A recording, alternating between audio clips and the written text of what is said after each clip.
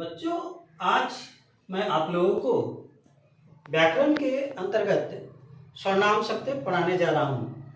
सर्वनाम जिसे अंग्रेजी में प्रोनाउन कहा जाता है। सर्वनाम किसे कहते हैं, सर्वनाम के कितने भेद होते हैं।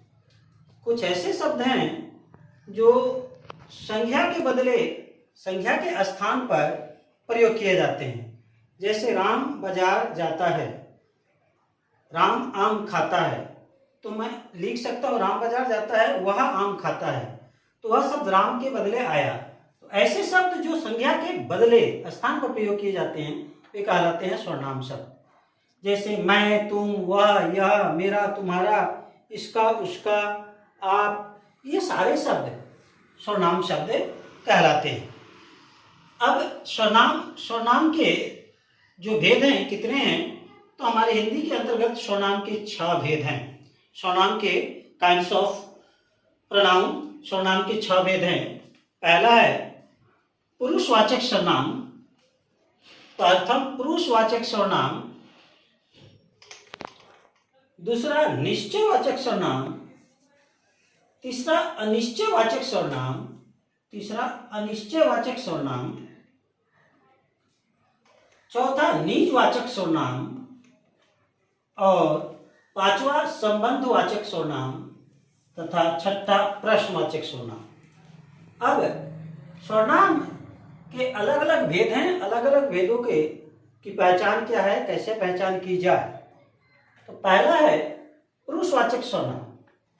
पुरुषवाचक सर्वनाम वे सर्वनाम शब्द जो जिससे कहने वाले, सुनने वाले और किसी अन्य व्यक्ति के विषय में कहा जाता हो, उसका बोध होता है। कहने वाले, सुनने वाले और किसी अन्य व्यक्ति के विषय में कहा जाता हो, उसका प्रयोग किया जाता है। ऐसे सर्वनाम शब्द को पुरुषवाचक सर्वनाम कहते हैं। तो हम कह सकते हैं कि पुरुषवाचक सर्वनाम के 3 भेद हैं। प्रथम पुरुष अर्थात उत्तम पुरुष, मध्यम पुरुष और अन्य पुरुष।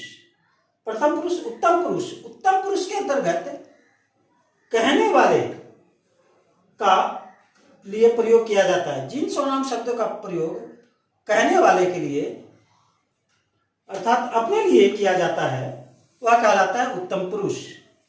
जैसे मैं बाजार जाता हूँ, मैं आम खाता हूँ, हम लोग पढ़ रहे हैं, तो मैं और हम इस तरह के उत्तम पुरुष आते हैं। दूसरा है मध्यम पुरुष।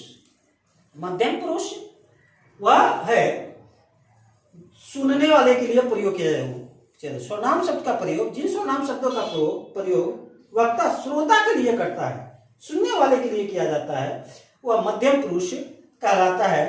जैसे तू, तुम, आप। तुम बाजार जा रहे हो, तू गाना गा रहा है, आप बैठे हैं, तो तू, तुम, आप ये मध्यम पुरुष के अंतर्गत आते हैं। तीसरा है अन्य पुरुष। अन्य पुरुष वे सर्वनाम शब्द जो किसी तीसरे व्यक्ति के लिए, अन्य व्यक्ति के लिए प्रयोग किए जाते हैं, किसी अन्य के लिए कहा जाता हो, वह कहलाता है अन्य पुरुष।